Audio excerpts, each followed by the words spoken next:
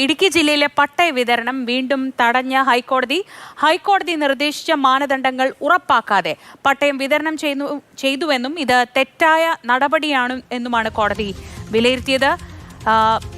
ബിനിൽ ചേർന്ന വിവരങ്ങളുമായി.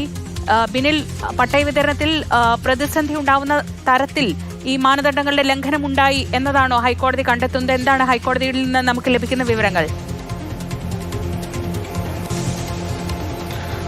ശ്രീജ, സർക്കാരിന് നേരത്തെ വലിയ ആശ്വാസമായിരുന്നതാണ് ഇടുക്കിയിൽ പട്ടയ വിതരണത്തിന് ഹൈക്കോടതി അനുമതി നൽകിയത്.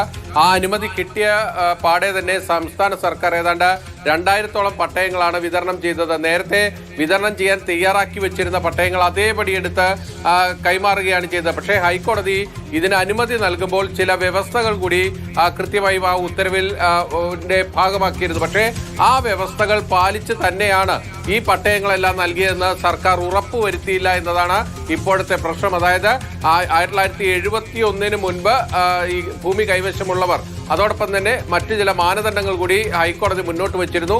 അത് കൃത്യമായും പരിശോധിക്കാതെയാണ് നേരത്തെ തയ്യാറാക്കി വച്ചിരുന്ന പട്ടയങ്ങൾ അതേപടി വിതരണം ചെയ്തത് എന്നാണ് കോടതിക്ക് ബോധ്യപ്പെട്ടത്. അതിന്റെ അടിസ്ഥാനത്തിലാണ് ഇടുക്കി ജില്ലയിലെ പട്ടയ വിതരണം തടഞ്ഞുകൊണ്ട് വീണ്ടും ഹൈക്കോടതിയുടെ ഒരു ഉത്തരവ് വരുന്നത്. അടുത്ത ദിവസം ഇടുക്കിയിൽ വീണ്ടും പട്ടയമേള നടത്താൻ സർക്കാർ തീരുമാനിച്ചിരിക്കുകയാണ്. വലിയ തിരിച്ചടി ഉണ്ടാകുന്നത് ഈ തെരഞ്ഞെടുപ്പിന്റെ ഒരു ഘട്ടത്തിൽ ഇടുക്കിയിൽ കൂടുതൽ പട്ടയങ്ങൾ വിതരണം ചെയ്ത് അതിലൂടെ ഒരു രാഷ്ട്രീയ നേട്ടം തന്നെ സർക്കാർ ഉദ്ദേശിച്ചിരുന്നു. അവിടെയാണ് ഹൈക്കോടതിയുടെ പിടിവീടിരിക്കുന്നത്. ഇനി ചീഫ് സെക്രട്ടറിയോട് വിശദമായ സത്യവാങ്മൂലം സമർപ്പിക്കാൻ ഇപ്പോൾ കോടതി ആവശ്യപ്പെട്ടിരിക്കുകയാണ്. അതായത് കോടതി നിർദ്ദേശിച്ച മാനദണ്ഡങ്ങൾ ഉറപ്പുവരുത്തിയിട്ടുണ്ടോ ഇല്ലയോ അക്കാര്യങ്ങൾ വിശദീകരിക്കാനാണ് കോടതി ആവശ്യപ്പെട്ടിരിക്കുന്നത്. എന്തായാലും ഇനി തെരഞ്ഞെടുപ്പ് പെരുമാറ്റച്ചട്ടം വരുന്നതിന് മുൻപ് പട്ടയ വിതരണം സാധ്യമാകാനുള്ള ഒരു സാധ്യതയും മുന്നിലില്ല.